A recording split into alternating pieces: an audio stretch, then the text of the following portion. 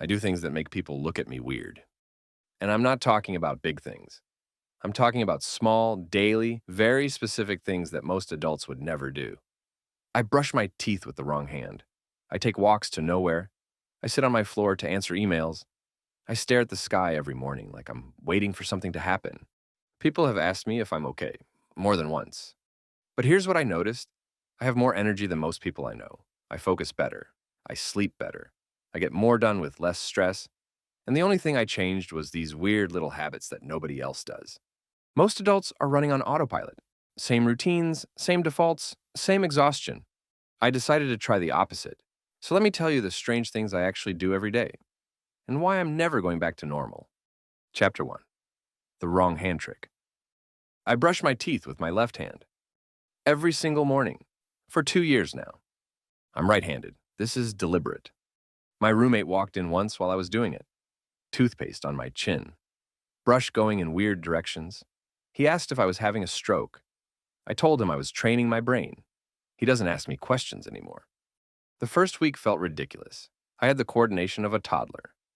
But I kept doing it because I read that it forces your brain to build new connections. It can't run on autopilot when everything feels unfamiliar. Now I do other things wrong-handed too. Stirring coffee, opening doors, just small stuff.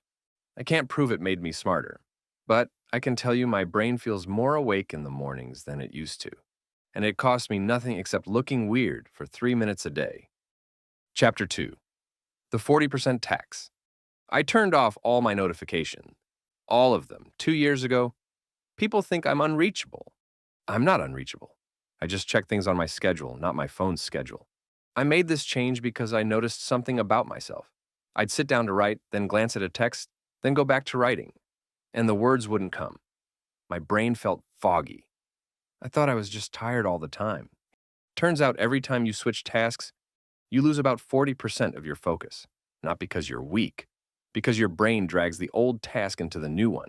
It takes 20 minutes to fully reset. I was resetting myself 50 times a day. No wonder I was exhausted. Now I batch everything. I check messages 3 times a day. I do emails in one block. My friends adjusted, my boss adjusted. And I get more done by 11 a.m. than I used to get done all day. People think I'm disciplined. I just stopped bleeding focus. Chapter 3. The Sky Staring Protocol. Every morning I go outside and stare at the sky for 10 minutes. I don't do anything else. I just stand there. My neighbor definitely thinks something is wrong with me. She waves now, though. We've developed a routine. I started doing this because I couldn't wake up properly. 3 cups of coffee and I'd still feel like garbage until noon. Then I'd be wired at midnight. My sleep schedule was a disaster. Someone told me that sunlight in the first hour of waking tells your body to reset its internal clock. I didn't really believe it, but I was desperate. First week, nothing. Second week, I started getting tired at a normal time. By week 4, I was waking up before my alarm feeling actually rested. Now I'm protective of this time, rain or shine, even in winter. 10 minutes of sky. My neighbor probably thinks it's meditation. It's not. I'm just standing there. And it works better than coffee ever did. Chapter 4. The Sleep Algorithm. I have 5 rules I follow before bed. I call it my sleep algorithm. My girlfriend calls it annoying. 10, 3, 2, 1, 0. No caffeine 10 hours before bed. No food or alcohol 3 hours before. No work 2 hours before. No screens 1 hour before. And 0, I never hit snooze. That last one is the hardest. My 6 a.m. self is a liar. He will promise anything for 5 more minutes. He cannot be trusted. I used to set 4 alarms. I'd negotiate with each one like I was in a hostage situation. Then I'd feel terrible all morning because fragmented sleep is worse than less sleep. Now the alarm goes off and I stand up immediately. Not because I want to, because I decided the night before that morning me doesn't get a vote. This sounds rigid, it is. But I haven't felt groggy in over a year. I'll take rigid over exhausted. Chapter 5. The Fake Commute. Every morning before I work, I leave my apartment, walk around the block, and come back inside. That's it. That's the whole thing. My building has a doorman. He's stopped asking where I'm going. I work from home. When I first started, I'd roll out of bed, open my laptop, and wonder why I couldn't focus. Home still felt like home. My brain didn't know we were supposed to be working now. The walk fixed it. 10 minutes. Doesn't matter where I go. The point is leaving and coming back. It sounds too simple to matter. I thought so too. But now when I sit down after my fake commute, my brain knows we're in work mode. The transition happened. The signal was sent. I've told other remote workers about this. Most of them laugh. The ones who tried it don't laugh anymore. They just go on their little walks now too. Join our YouTube membership and get exclusive perks like early access to scripts, input on future topics about productivity, and connect with a like-minded community that gets it. Click join below and let's build your easier, more intentional life together. Chapter 6. The Floor Email Strategy. I answer emails sitting on my bedroom floor. Not at my desk, the floor. On purpose. I know how this sounds. I started doing this because my desk wasn't working for me. I'd sit down to do deep work and end up answering emails for 2 hours. My brain couldn't tell the difference between real work and fake work. Everything happened in the same chair. So I separated them.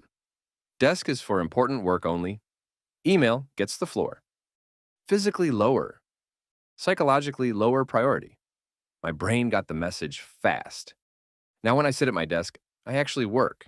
An email feels like what it is. A chore I do in between the real stuff. I'm also faster at email because the floor isn't comfortable. I want to be done. It's psychological warfare against my own brain, and I'm winning. Chapter 7.